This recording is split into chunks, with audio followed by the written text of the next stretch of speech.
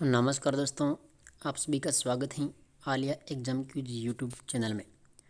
तो आज फिर से आपके लिए लेकर आया हूँ आरपीएससी सेकंड ग्रेड का जो ग्रुप डी का पेपर है उसका पूरा सॉल्यूशन।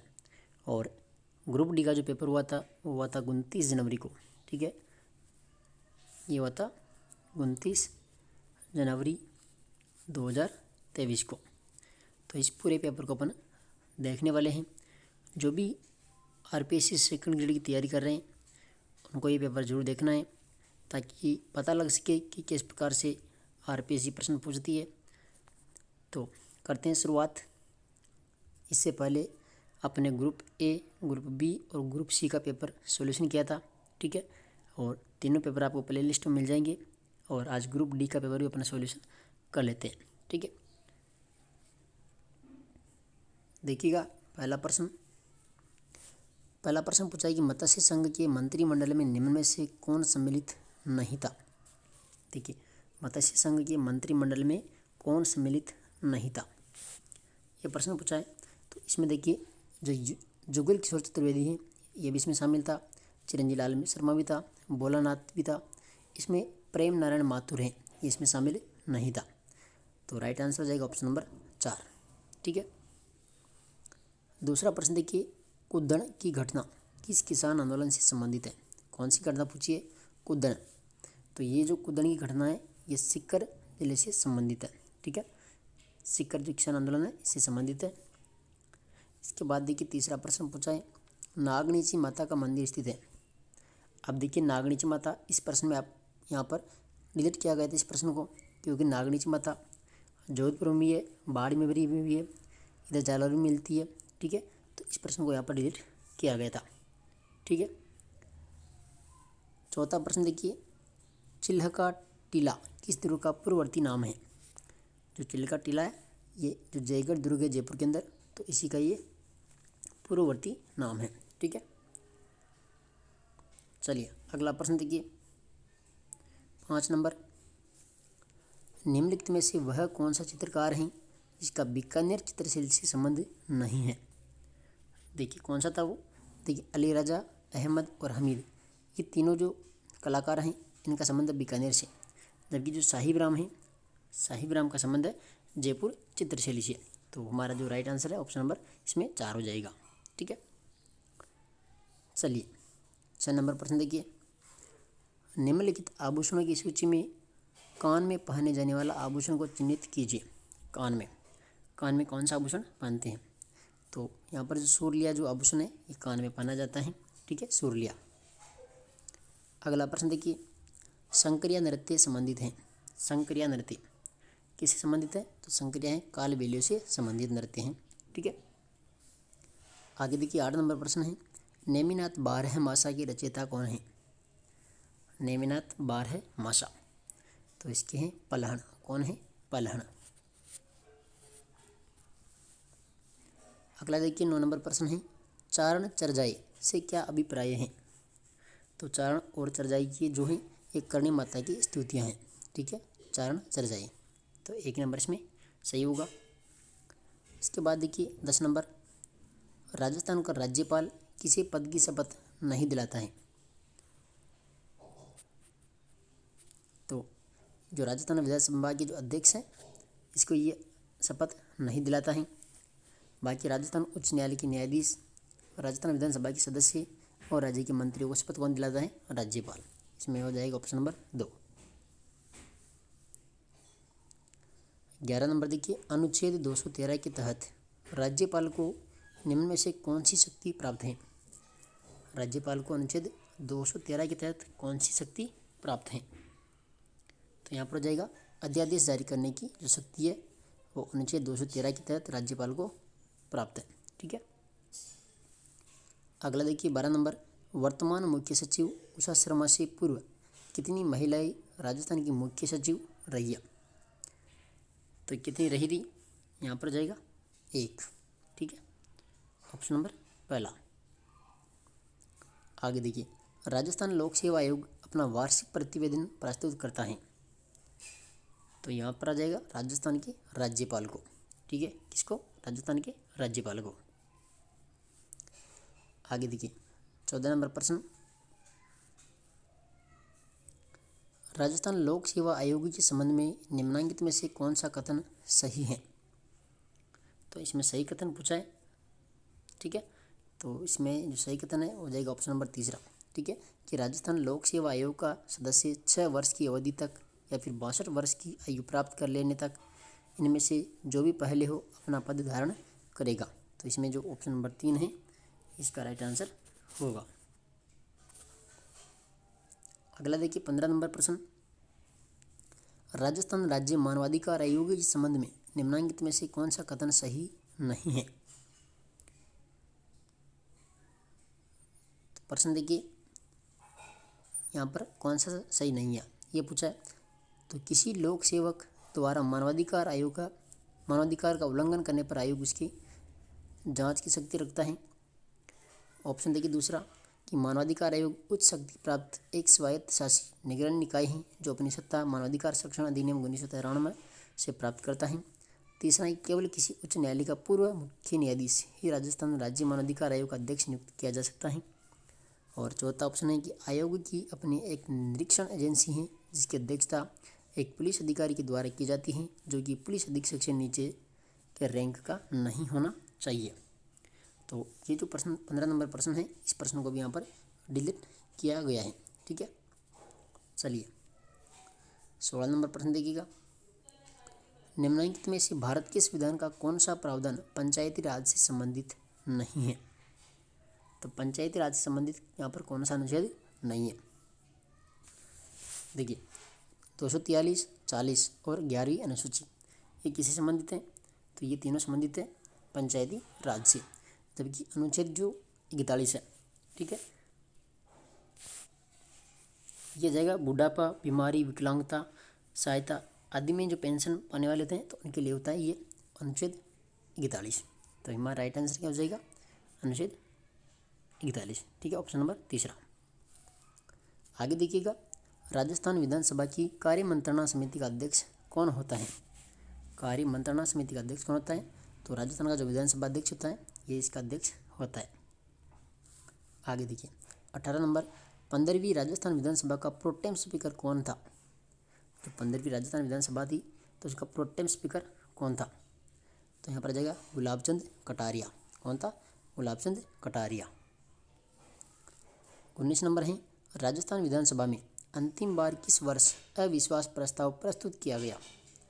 राजस्थान विधानसभा में अंतिम बार किस वर्ष अविश्वास प्रस्ताव प्रस्तुत किया गया। तो यहाँ पर आ जाएगा 1985 में, ठीक है, अंतिम बार 1985। 20 नंबर है, राजस्थान के डेल्फी खेलों के संबंध में निम्नलिखित कथनों पर विचार कीजिए। देखिए कथन एक है कि 18 से 35 वर्ष की आयु के राजस्थान निवासी इसमें भाग ले सकते हैं, और दूसरा है कि यह 9 से 12 फरवरी 2023 को उदयपुर में आयोजित किया जा रहा है। तो इनमें से जो पहला कथन है ये इसमें सही है, ठीक है, केवल एक कि 18 से 35 वर्ष की आयु के राजस्थान निवासी इसमें भाग ले सकते हैं, ठीक है। तो ऑप्शन नंबर जो पहला है ये इसका करेक्ट आंसर होगा। 21 नंबर देखिए, फिट इंडिया मूवमेंट में राजस्थान ने निम्नलिखित में से कौन सा स्थान प्राप्त किया है। फिट इंडिया मूवमेंट ये पूछा था, तो यहाँ पर आ जाएगा ऑप्शन नंबर पहला, ठीक है, 1 नंबर।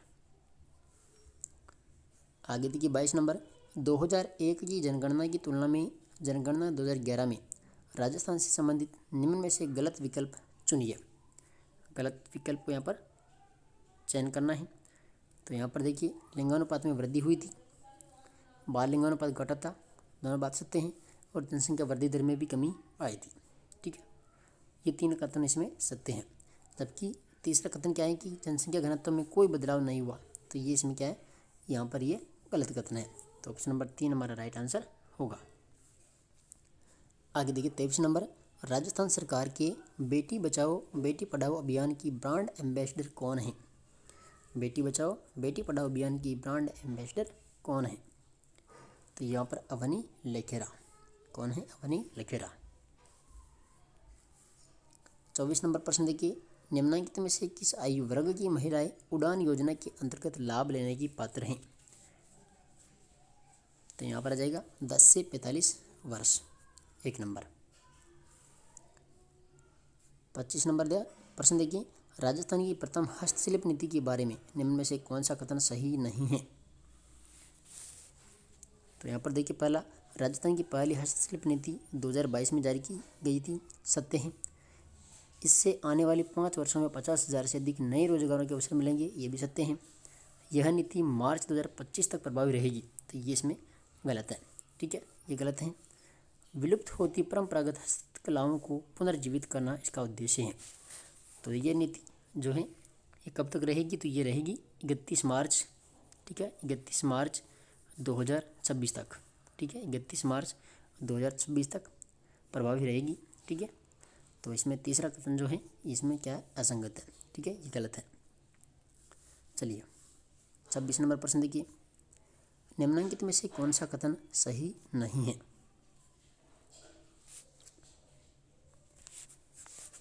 यहाँ पर देखिए, पहला, 18वीं राष्ट्रीय जम्बूरी राजस्थान के पाली जिले के रोहट में आयोजित की जा रही है, तो ये सत्य है इसमें।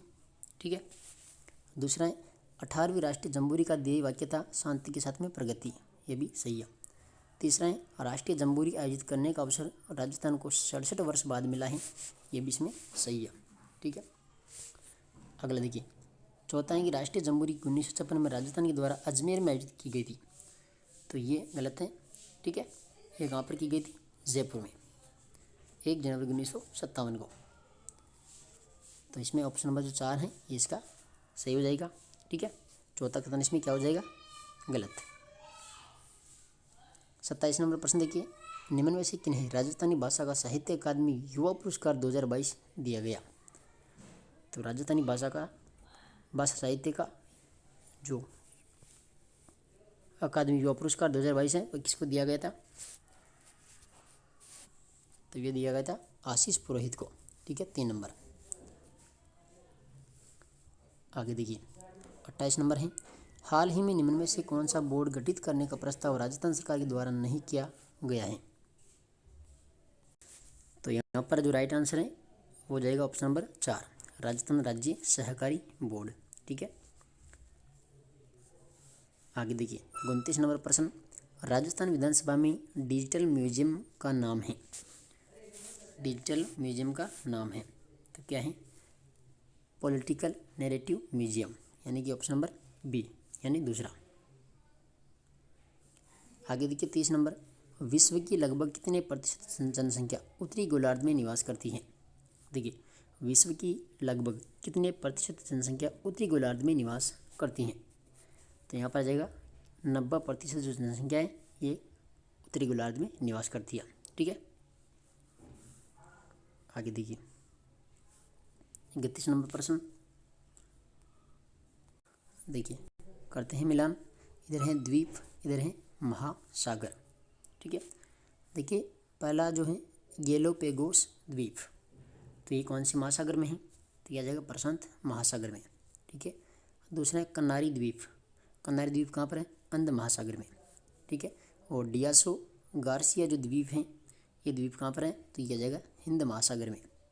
और न्यू साइबेरियन द्वीप यह जाएगा आर्कटिक महासागर में।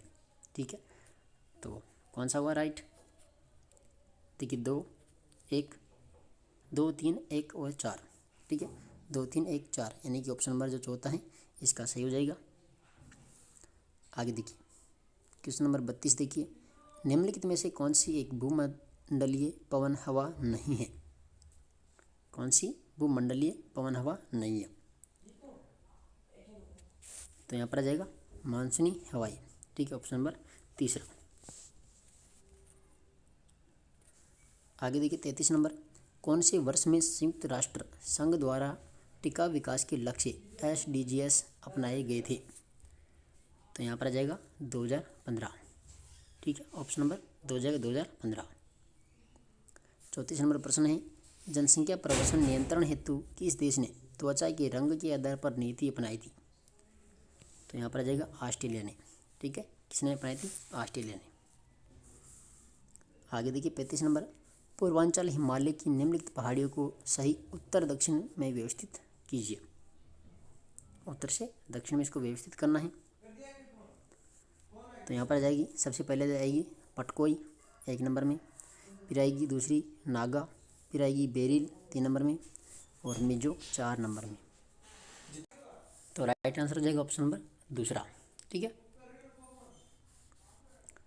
36 नंबर प्रश्न देखिए, उत्तर पूर्व मानसून के माध्यम से भारत में अक्टूबर से दिसंबर महीनों के मध्य लगभग 75 सेंटीमीटर की उच्चतम मौसमी वर्षा होती है। तो यह कौन से मंडल में होती है? यह आ जाएगी कोरोमंडल तट के सहारे। ठीक है, 3 नंबर। आगे देखिए, पेनगंगा और वेनगंगा सहायक नदियां हैं। तो यह जाएगी गोदावरी की। किसकी है? गोदावरी की। पेनगंगा और वेनगंगा। 38 नंबर देखिए, सुंदरी एक महत्वपूर्ण प्रजाति है। सुंदरी, तो ये जो मैंग्रोव वन है, मैंग्रोव वनों की प्रजाति है सुंदरी। ठीक है, 3 नंबर हो जाएगा। आगे देखिए 39 नंबर, निम्नलिखित में से कौन सा पश्चिमी भारत का अपतटीय क्षेत्र या तेल क्षेत्र नहीं है? तो यहाँ पर आ जाएगा अंकलेश्वर। ठीक है, इसमें नहीं आएगा चौथा। 40 नंबर प्रश्न देखिए,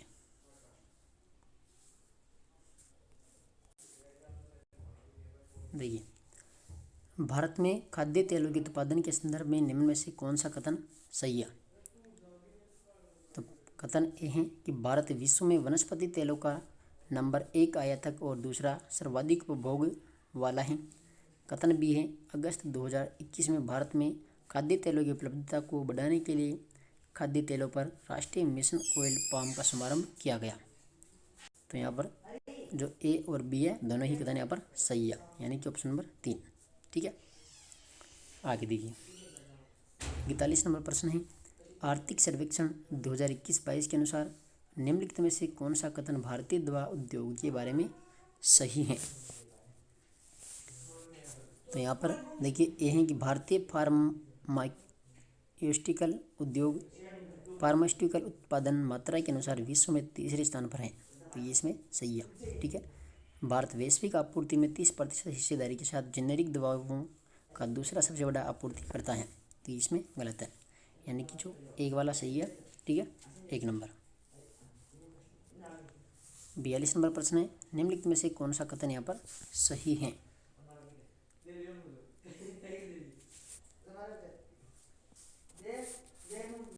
देखिए पहला है कि चंडीगढ़ ने GSVMA सेवाओं की उच्चतम हिस्सेदारी को अंकित किया, जबकि सिक्किम भारत के सभी केंद्र शासित प्रदेशों में वर्ष 2020-21 के दौरान सबसे कम रहा। तो ये इसमें सही है। दूसरा है, भारत के सभी राज्यों में वर्ष 2020-21 के दौरान GSVA सेवाओं में महाराष्ट्र और कर्नाटक शीर्ष 2 योगदान करता है। तो ये भी सही है, ये भी इसमें सही है, यानी कि तीसरा हो जाएगा। ए और बी दोनों सही है। आगे देखिए 43 नंबर, निम्नलिखित में से किस क्षेत्र ने 2020-21 H1 और 2021-22 के दौरान उच्चतम FDI इक्विटी अंतर्वाह आकर्षित किया? तो 43 नंबर में क्या हो जाएगा? यहाँ पर हो जाएगा कंप्यूटर सॉफ्टवेयर और हार्डवेयर, दूसरा ऑप्शन। 44 नंबर प्रश्न देखिए, निम्न में से कौन सा देश भारत का 2021-22 में सबसे बड़ा व्यापार का साझेदार रहा है? तो यहाँ पर आ जाएगा संयुक्त राज्य अमेरिका। ठीक है, चलिए 45 नंबर देखिए, 1935 के अधिनियम के द्वारा निम्न में से किस व्यवस्था को समाप्त किया गया? तो यहाँ पर प्रांत में द्वैत शासन को यहाँ पर समाप्त किया गया। ठीक है, इसके बाद देखिए 46 नंबर, निम्न में से किस अधिनियम के द्वारा प्रांतों में उत्तरदायी शासन की स्थापना का प्रयास किया गया? तो यहाँ पर क्या जाएगा? 1919 का अधिनियम, 4 नंबर ऑप्शन हो जाएगा।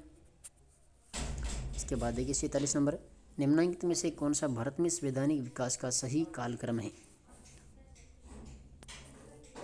तो इसमें सबसे पहले आएगा देखिए केंद्रीय विधानसभा के लिए निर्वाचन, सबसे पहले आएगा बी वाला।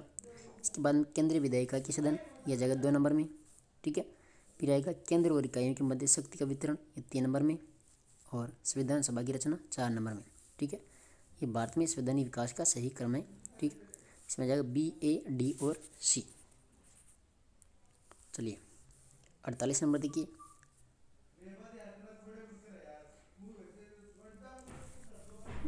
विभाजन के उपरांत पुनर्गठित संविधान सभा में डॉक्टर बी आर अम्बेडकर किसका प्रतिनिधित्व करते थे? तो किसका करते थे ये? बम्बई का। ठीक है, 3 नंबर। 49 नंबर प्रश्न है, निम्न में से कौन प्रारूप समिति के सदस्य नहीं थे? तो प्रारूप समिति के सदस्य यहाँ पर कौन नहीं थे? तो H.C. मुखर्जी। अगला क्वेश्चन देखिए 50 नंबर, भारत के संविधान का अनुच्छेद 15(1) राज्य को अपने नागरिकों के साथ कुछ निश्चित आधारों पर विभेद का प्रतिषेध करता है। इन आधारों में निम्नलिखित में से कौन सा सम्मिलित नहीं है? तो यहाँ पर आ जाएगा भाषा। भाषा इसमें सम्मिलित नहीं है। ठीक है, धर्म, नस्ल और जन्मस्थान इसमें शामिल है। आगे देखिएगा 51 नंबर प्रश्न, देखिए मिलान करते हैं। ये है कि प्राकृतिक पर्यावरण की रक्षा और संवर्धन, तो ये कौन से अनुच्छेद में? यह जाएगा अनुच्छेद 51(a).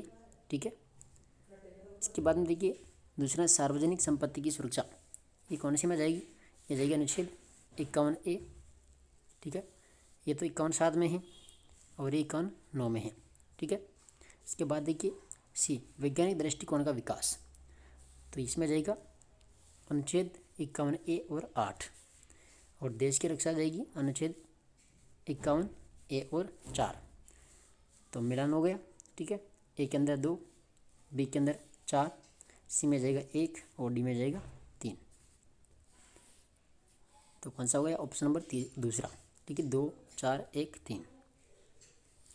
आगे देखिए 52 नंबर प्रश्न है, निम्न में से जो विकल्प अनुच्छेद 39 के अनुसार आर्थिक न्याय से नहीं जुड़ा है वह है? तो कौन सा है? यहाँ पर जाएगा निजी संपत्ति का विरोध। 4 ऑप्शन हो जाएगा। ठीक है, 53 नंबर देखिए, किस अनुच्छेद के तहत राज्यपाल के द्वारा आरक्षित रखे गए विधेयकों पर राष्ट्रपति निर्णय लेता है? तो यहाँ पर आ जाएगा अनुच्छेद 201। ठीक है, दूसरा। 54 नंबर प्रश्न है, निम्नलिखित प्रधानमंत्रियों में से किसने किसी मंत्री को उप प्रधानमंत्री का पद नहीं दिया? तो यहाँ पर आ जाएगा राजीव गांधी। इसके बाद में देखिए 55 नंबर, राजनीतिक दलों की स्थापना के बारे में निम्नलिखित में से कौन सा युग्म गलत है? तो कौन सा है गलत? Option number 4, Bahujan Samaj party 1985। यहाँ पर क्या आना चाहिए? 1984, 14 अप्रैल। ठीक है, 14 अप्रैल 1984, ये 1984 आएगा बहुजन समाज पार्टी। बाकी राष्ट्रीय कांग्रेस पार्टी 1999 सही है, नेशनल पीपल्स पार्टी 2013 और ऑल इंडिया तृणमूल कांग्रेस 1998। यहाँ पर क्या आना चाहिए? बहुजन समाज जो पार्टी है इसमें आ जाएगा 1984। आगे देखिए 56 नंबर प्रश्न, देखिए मिलान करना है। ऑल इंडिया फॉरवर्ड ब्लॉक, तो ये पश्चिमी बंगाल, बिजू जनता दल इसमें जाएगा उड़ीसा, इंडियन नेशनल लोक दल इसमें क्या आएगा? हरियाणा, और लोक जनशक्ति पार्टी बिहार। ठीक है, तो एक के अंदर 2 हो जाएगा, यानी कि तीसरा ऑप्शन। ठीक है, 57 नंबर देखिए, एशियाई एकजुटता की अभिवृद्धि के लिए स्वतंत्रता के बाद प्रथम एशियाई संबंध सम्मेलन जवाहरलाल नेहरू ने कब आयोजित किया था? तो ये 1949 हो जाएगा राइट आंसर। 58 नंबर देखिए, भारत को अभी तक सुरक्षा परिषद में अस्थायी सदस्य के रूप में कितनी बार चुना गया है? तो क्या आएगा? 8 बार। ठीक है, इसके बाद देखिए 59 नंबर, वर्ल्ड सोशल फोरम की पहली बैठक कहाँ पर आयोजित हुई थी? तो यह आ जाएगी ब्राज़ील, 2 नंबर।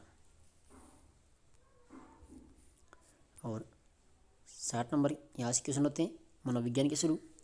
निम्नलिखित में से कौन सा कथन शिक्षा मनोविज्ञान के महत्व के संदर्भ में सही नहीं है? तो देखिए पहला है कि यह शिक्षकों में शैक्षिक समस्याओं को दूर करने के प्रति उचित मनोवृत्ति उत्पन्न करता है। सही है। यह अध्यापकों की विद्यार्थियों के व्यवहारों में समुचित परिवर्तन लाने में मदद करता है। ये भी इसमें सही है। यह विद्यार्थियों की कमजोरियों एवं असफलता को नज़रअंदाज करने के लिए प्रेरित करता है। तो ये प्रेरित नहीं करता है, ये गलत है। ठीक है, और यह शिक्षकों को स्वयं को समझने में मदद करता है, ये भी इसमें सही है। कौन सा गलत है? ऑप्शन नंबर तीसरा। चलिए 61 नंबर देखिए, निम्नलिखित में से कौन सी कसौटी शिक्षा मनोविज्ञान को विज्ञान के रूप में मानने से संबंधित नहीं है? तो देखिए, इसके सिद्धांतों एवं नियमों में परिवर्तन संभव नहीं है, तो परिवर्तन संभव है, ये इसमें गलत है। यहाँ पर देखिए, इसमें व्यवहार के अध्ययन हेतु वैज्ञानिक विधि का प्रयोग किया जाता है, ये तो सत्य है। इसके सिद्धांत सार्वभौमिक रूप से स्वीकार्य हैं, ये भी सत्य है। और इसमें वर्तमान ज्ञान के आधार पर भविष्यवाणी की जा सकती है, ये भी सही है, यानी कि पहला ऑप्शन इसमें गलत है। 62 नंबर देखिए, विकास केंद्र से परिधि की ओर अग्रसर होता है। कहाँ से? केंद्र से परिधि की ओर। विकासात्मक दिशा का यह सिद्धांत क्या कहलाता है? केंद्र से परिधि की ओर जो विकास होता है उसको कहते हैं प्रोकिस मोडिस्टल, यानी निकट से दूर। ठीक है, 2 नंबर। और ये मस्तिष्कावध जो सिपेलोकोडल होता है, ये ऊपर से नीचे की ओर होता है। ठीक है, इसके बाद में देखिए 63 नंबर, निम्नलिखित में से कौन सी निर्धारक बालकों के शारीरिक विकास को प्रभावित करते हैं? तो यहाँ पर वंशानुक्रम भी है, पोषण है, विद्यालय में खेल है, अंतःस्रावी ग्रंथियाँ, यानी सभी के सभी इसमें सही है, ऑप्शन नंबर 4। 64 नंबर देखिए, निम्नलिखित में से कौन सी जीन पियाजे के द्वारा प्रदत्त संज्ञानात्मक विकास की निर्धारित अवस्था नहीं है? तो कौन सी नहीं है इसमें? देखिए, संवेदी गमक अवस्था है, पूर्व संक्रियात्मक भी है, मूर्त संक्रियात्मक भी है, और यहाँ पर अनौपचारिक संक्रियात्मक अवस्था, तो ये इसमें नहीं है। ठीक है, 4 नंबर इसमें गलत है। 65 नंबर देखिए, एक अध्यापक विद्यार्थियों को एक प्रकरण पढ़ाना चाहता है। पढ़ाने से पहले वह विद्यार्थियों को मानसिक रूप से तैयार करने का प्रयास करता है। वह कौन सा नियम उपयोग में ले रहा है? तो कौन सा उपयोग नियम में ले रहा है? वो तत्परता का नियम। ठीक है, वो क्या कर रहा है? बालकों को पढ़ाने के पहले तत्पर कर रहा है, यानी अग्रसर कर रहा है, तो इसमें आ जाएगा तत्परता का नियम, तीसरा। 66 नंबर प्रश्न है, निर्मितवाद के 5 उपागम के किस सोपान में शिक्षार्थी सीखी गए उदाहरणों को अन्य संबंधित उदाहरणों के साथ जोड़ते हैं और अपने ज्ञान और समझ का उपयोग वास्तविक संसार में करते हैं? तो यहाँ पर आ जाएगा विस्तार। ठीक है, 4 नंबर। आगे देखिए 67 नंबर है, पुनर्बलन संबंध की मजबूती शक्ति को बढ़ा देता है, जबकि दंड संबंध की शक्ति पर कुछ भी नहीं करता है। अधिगम का यह नियम जाना जाता है। तो यह जाएगा संशोधित प्रभाव का नियम। ठीक है, 4 नंबर।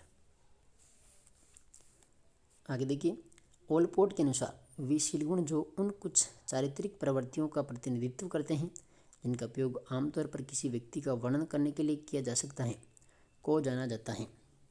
किस नाम से जाना जाता है? तो यह जाएगा केंद्रीय शील गुण के नाम से। ठीक है, 1 नंबर। क्वेश्चन नंबर 69 देखिए, निम्नलिखित में से कौन सी व्यक्तित्व आकलन की प्रक्षेपी विधियां नहीं है? तो यहाँ पर देखिए, समाज मिति और फिर जो व्यक्ति, ये दोनों हैं सी और डी। ठीक है, तो ये इसमें हो जाएगा ऑप्शन नंबर दूसरा। देखिए, शब्द शास्त्री वाक्य पूर्ति, तो ये इसमें दोनों आ जाएगी व्यक्तित्व आकलन की प्रक्षेपी विधियाँ, और समाज मिति और व्यक्ति जो अध्ययन है ये इसमें गलत है। ठीक है, यानी सी और डी, दूसरा ऑप्शन। 70 नंबर प्रश्न है, जब कोई व्यक्ति अपने दुखद अनुभवों को जानबूझकर भूलता है और उन्हें अचेतन मन में दबा देता है तो समायोजन की यह प्रक्षात्मक युक्ति कहलाती है। तो ये क्या कहलाती है? यह जाएगी दमन। ठीक है, क्योंकि अपन उसको क्या कर जबरदस्ती से अपने अचेतन मन में डाल रहे हैं, तो हो जाएगी दमन। 71 नंबर देखिए, निम्नलिखित में से कौन सा गिलफोर्ड के द्वारा प्रतिपादित बुद्धि के 3 आयामी सिद्धांत के आयामों एवं उसके तत्वों का सही मिलान नहीं है? तो यहाँ पर क्या आएगा? देखिए, ये बी और सी है, ऑप्शन नंबर तीसरा। ठीक है, विषय वस्तु और उत्पाद, ये इसमें गलत है। संक्रिया मूल्यांकन ये सही है। ठीक है, यहाँ पर आ जाएगा ऑप्शन नंबर तीसरा। इसके बाद देखिए 72 नंबर, रोहन पारंपरिक बुद्धि परीक्षणों में निम्न अंक प्राप्त करता है परंतु वास्तविक जीवन संबंधित समस्याओं को तीव्रता से पकड़ लेता है। और संसार की कार्य प्रणाली के बारे में आसानी से ज्ञान प्राप्त कर लेता है। त्रितंत्री ट्रायआर्किक सिद्धांत के अनुसार इस प्रकार की बुद्धि कहलाती है, क्या कहलाती है? व्यवहारिक बुद्धि। ठीक है, 4 नंबर।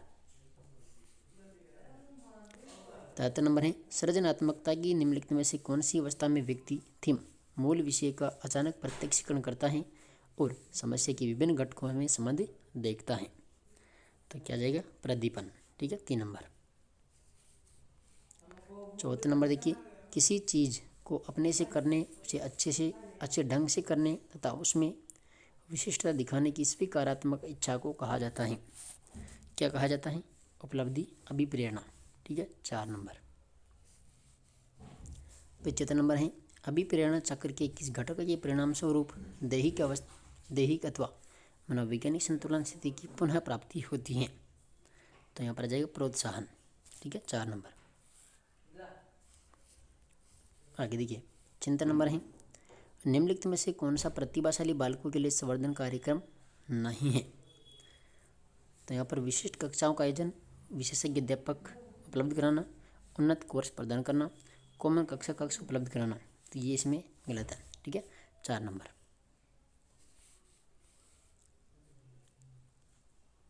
सतंत्र नंबर देखिए, आप मंद गति अधिगमकर्ताओं की कक्षाओं को शिक्षण करवा रहे हैं। निम्नलिखित शिक्षण तकनीकों में से आप किन तकनीकों को अपनाएंगे? तो सरल शब्दों में निर्देश देंगे, श्रव्य दृश्य सामग्री का उपयोग करेंगे, मौखिक रूप से अमूर्त विचारों की प्रस्तुति करेंगे। ये गलत है। ठीक है, और उनके दैनिक जीवन से जुड़ी गतिविधियों का आयोजन भी किया जाएगा। ये भी इसमें सही है, यानी कि 1, 2 और 4। 1, 2, 4 यानी ऑप्शन नंबर दूसरा। आगे देखिए, 78 नंबर प्रश्न देखिए, निम्नलिखित में से कौन सा कथन अभिवृत्ति के संदर्भ में सही नहीं है? अभिवृत्ति जन्मजात होती है, अभिवृत्ति में संज्ञानात्मक भावात्मक घटक होते हैं किंतु क्रियात्मक और व्यवहारात्मक नहीं होते हैं। ये भी सही है। और अभिवृत्ति व्यवहार को एक निश्चित दिशा प्रदान करती है। गलत है। ठीक है, अभिवृत्ति सदैव सकारात्मक होती है। ये भी सही है। तो ए और बी और डी। ठीक है, ए बी डी दूसरा। ठीक है, ऑप्शन नंबर 2। आगे देखिए, क्वेश्चन नंबर 79, किसी विद्यार्थी को खाली समय में हमेशा चित्रकारी करते देखकर यदि एक शिक्षक उस विद्यार्थी की चित्रकारी में रुचि का अनुमान लगाता है तो यह सुपर द्वारा वर्गीकृत किस प्रकार की अभिरुचि होगी? तो यहाँ पर आ जाइए ऑप्शन नंबर 2, प्रकट। ठीक है, आगे देखिए 80 नंबर, बरखान पश्चिमी राजस्थान के कौन से क्षेत्रों में पाए जाते हैं? बरखान देखिए, ओसिया, जोधपुर, इसके बाद में बालेरी, चूरू और देशनोक, बीकानेर। ठीक है, यानी कि जो पश्चिमी क्षेत्र है यहाँ पर पाई जाती है बरखान। ये दाता रामगढ़, सीकर, इसमें गलत है। तो ए बी सी। ठीक है, बरखान कहाँ पर पाए जाते हैं? पश्चिमी राजस्थान में। तो इसमें जाएगा ओसिया, जोधपुर, बालेरी, चूरू और देशनोक, बीकानेर। आगे देखिए 81 नंबर, राजस्थान के निम्नलिखित में से किस जिले में दक्षिण पश्चिमी मानसून सामान्यतः 1 जुलाई से पूर्व आ जाता है? तो कहाँ पर आता है ये मानसून? पाली में। ठीक है, सबसे पहले पाली में 1 जुलाई से भी पूर्व आ जाता है पाली में। आगे देखिए, एक नदी के बारे में निम्नलिखित तथ्यों को पढ़िए। देखिए, यह कोटड़ा उदयपुर से उद्गमित होती है। कोटड़ा उदयपुर से कौन सी नदी है? वह साबरमती नदी। हतमती, मेसवा, वेतरक सहायक नदियाँ हैं और इसकी जो लंबाई है राजस्थान में लगभग केवल 45 किलोमीटर है। ठीक है, तो कौन सी नदी है? साबरमती नदी।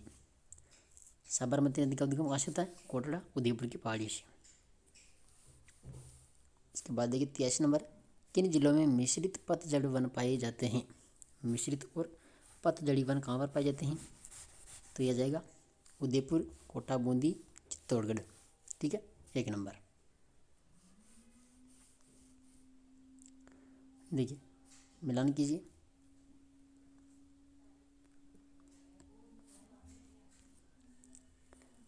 इधर है फसल और इधर है उत्पादक। देखिए गेहूँ गंगानगर, बाजरा अलवर, चावल बूंदी और मक्का भीलवाड़ा। ठीक है, ऑप्शन नंबर दूसरा हो जाएगा। ठीक है, गेहूँ गंगानगर, बाजरा अलवर, चावल बूंदी और मक्का भीलवाड़ा। आगे देखिए 85 नंबर है 19वीं पशुधन गणना 2012 से 20वीं पशुधन गणना 2019 में राजस्थान में पशुधन की कुल संख्या में परिवर्तन है। तो कितना परिवर्तन हुआ है यहाँ पर? यहाँ पर 1.66% की क्या हुई है? कमी हुई है। ठीक है, 1.66% की कमी। इसके बाद में देखिए 86 नंबर है 2011 की जनगणना के अनुसार किस जिले में सर्वाधिक ग्रामीण लिंगानुपात है? सर्वाधिक ग्रामीण लिंगानुपात तो आ जाएगा पाली में। ठीक है, 3 नंबर। 87 नंबर प्रश्न है 2001-2011 के दशक के दौरान राजस्थान में न्यूनतम जनसंख्या वृद्धि दर वाले जिलों का सही युग्म है। तो क्या आएगा? गंगानगर झुंझुनू। ठीक है, 3 नंबर। 88 नंबर प्रश्न है कौन सा सुमेलित नहीं है पर्यटन केंद्र और स्थिति? देखिए घाघरोन, झालावाड़, कपिल सरोवर, कोलायत, दौलत बाग, अजमेर। इसमें जाएगा ऑप्शन नंबर 4। ये इसमें क्या है? असत्य हैं। ठीक है, यहाँ पर देखिए निवासी निम्नलिखित में से कौन सी सीमेंट फैक्ट्री चित्तौड़गढ़ जिले में अवस्थित नहीं है? तो कौन सी नहीं है यहाँ पर? देखिए बिरला सीमेंट, जेके सीमेंट और आदित्य सीमेंट, तीनों कहाँ पर है? ये चित्तौड़गढ़ में। इसमें जो ऑप्शन नंबर 4 है ये जाएगा गलत। ठीक है, 4 नंबर। क्वेश्चन नंबर 90 आहड़ को किस संस्कृति का प्रमुख केंद्र माना जाता है? आहड़ तो यहाँ पर लाल काले मृद भांड वाली सभ्यता इसको कहा जाता है। ठीक है, 3 नंबर। क्वेश्चन नंबर 91 निम्नलिखित में से किस प्राचीन सभ्यता में सम्राट अशोक के 2 शिलालेख पाए जाते हैं? तो ये गणेश्वर सभ्यता आ जाएगी। ठीक है, इसके बाद देखिए मंडोर प्रतिहार वंश के किस शासक से वंशावली प्रारंभ होती है? मंडोर प्रतिहार वंश के किस शासक से यहाँ की जो वंशावली है प्रारंभ होती हैं? तो यह जाएगी रजिल। ठीक है, 1 नंबर। क्वेश्चन नंबर 93 निम्नलिखित चौहान शासकों में से किस शासक को बीसल देव के नाम से भी जाना जाता है? बीसल देव तो कौन आएगा? विग्रहराज चतुर्थ। क्वेश्चन नंबर 94 जालोर के चौहान वंश की शाखा का संस्थापक कौन था? तो यहाँ पर था कीर्तिपाल। ठीक है, क्वेश्चन नंबर 95 अमीर खुसरो की किस रचना में चित्तौड़ पर अलाउद्दीन खिलजी के आक्रमण का वर्णन आता है?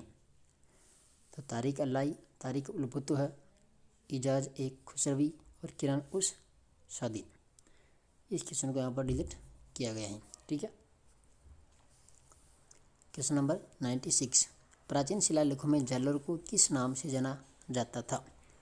किसको? जालोर को। तो यहाँ पर क्या आएगा? जाबालीपुर के नाम से। क्वेश्चन नंबर 97 है 1857 ईस्वी के विप्लव के समय नीमच में अंग्रेज सैनिक अधिकारी कौन था? नीमच में तो कौन था? नीमच के अंदर कर्नल एबोट। ठीक है, 2 नंबर। क्वेश्चन नंबर 98 देखिए राजस्थान जो आरपीएससी के अंदर जो पेपर हुए थे अभी। ठीक है, group A, group B, group C और ग्रुप डी। तो ये ग्रुप डी का पेपर है। 3 पेपर आपको प्ले लिस्ट में मिलेंगे। कुल मिला के आरपीएससी सेकेंड ग्रेड के कितने पेपर हो चुके हैं? 4। ठीक है, और आरपीएससी के इससे पहले वाले पेपर भी मैं करवाऊँगा और फर्स्ट ग्रेड की भी करवाने वाला हूँ। तो आप चैनल को सब्सक्राइब कर लेना। ठीक है, साथ में ही नोटिफिकेशन कर लेना ऑन। जो भी प्रत्येक वीडियो आए उसका नोटिफिकेशन आपको मिलता रहेगा, इसलिए आप नोटिफिकेशन को भी ऑन ज़रूर कर लेना। क्वेश्चन नंबर 98 देखिए कातोलिक युद्ध में महाराणा सांगा ने किस सुल्तान को पराजित किया था? तो यहाँ पर इब्राहिम लोदी को इन्होंने यहाँ पर पराजित किया था।